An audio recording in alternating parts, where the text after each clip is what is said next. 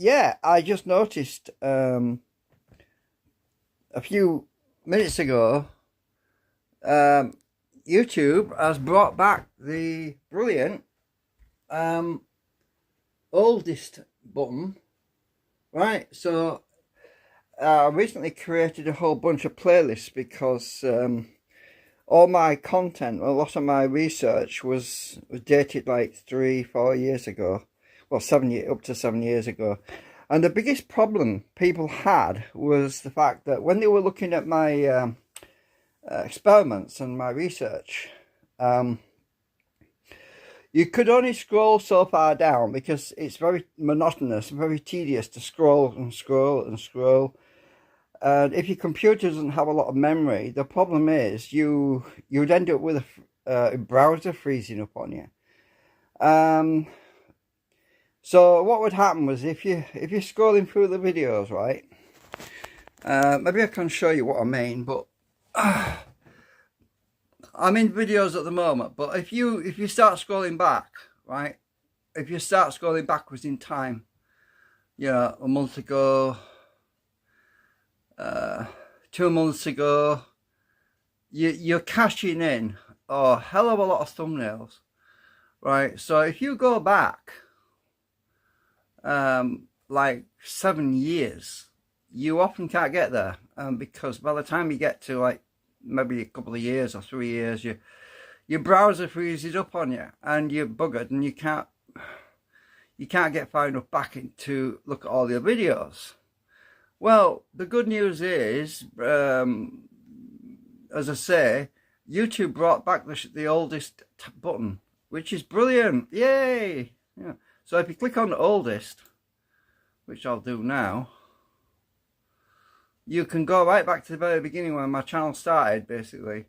We can actually see the very... Oh shit, what have I done? I've just clicked on somewhere. Oh, that's done it. Right, so we can go right back to the beginning where I started doing the Linux tag, flight gear and all that stuff, and Oleg. So you can literally go to the beginning and scroll forwards in time instead of backwards in time, it's a huge time saver. And so I'm glad YouTube did that, because they broke it recently. I don't know if they broke it or if it was just they changed the algorithm or the script or something, and they hadn't got that button in there. And I like to bet thousands of people were screaming out, bringing the button back, bring the button back. Well, anyway, it's back, so we can...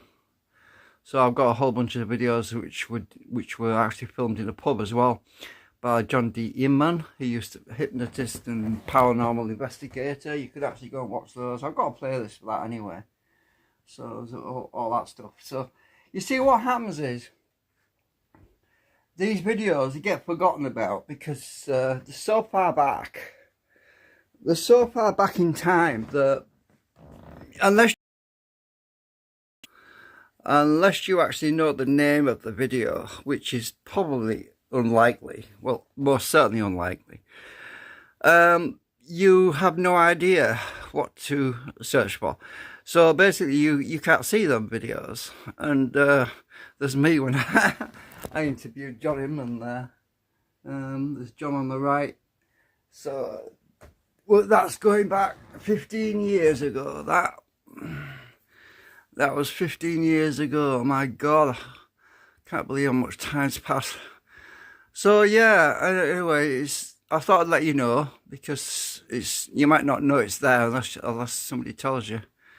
And when I was doing a lot of formation flying in the simulator, there's a lot of that stuff there as well. I've actually tried to put some links to a lot of the old stuff in some of my end screens, to help people find it, because it's difficult. Yeah, there's my cat. He passed away around 2000, was it 2000? My cat. Anyway, I just wanted to let you know. So we'll keep you updated with all the other projects. His name was Gizmo, by the way, after Gremlins. So I'll keep you updated as I get more stuff to tell you about. I've been wanting to fly my drone again, because we've had nice weather, but it's been really foggy, and it's so foggy you can't see nothing. It's like pea soup. And when it's like that, there's not much point in flying your drone, because when you go up, you like to take some video of this. I like to take some video of the castle and the sea, some of the scenery, and you can't do that when it's foggy. I mean, you can't see more than like 100 meters, basically. It's been bad, really bad. And everyone's worrying about me, saying, oh, I hope you don't get heat stroke, and you want to keep cool, and because of all this talk about the extreme high temperature weather. Well, just remember, I'm by the coast. We get fog. It's cold. It's not cold, but it's cool. It's not hot because of the fog. The fog tends to cool you down, you know. Very, very humid and foggy, and it's like when you walk outside, it's like you're walking into a fridge, basically. So that's what it's like a lot of the time where I am. Right, see you later.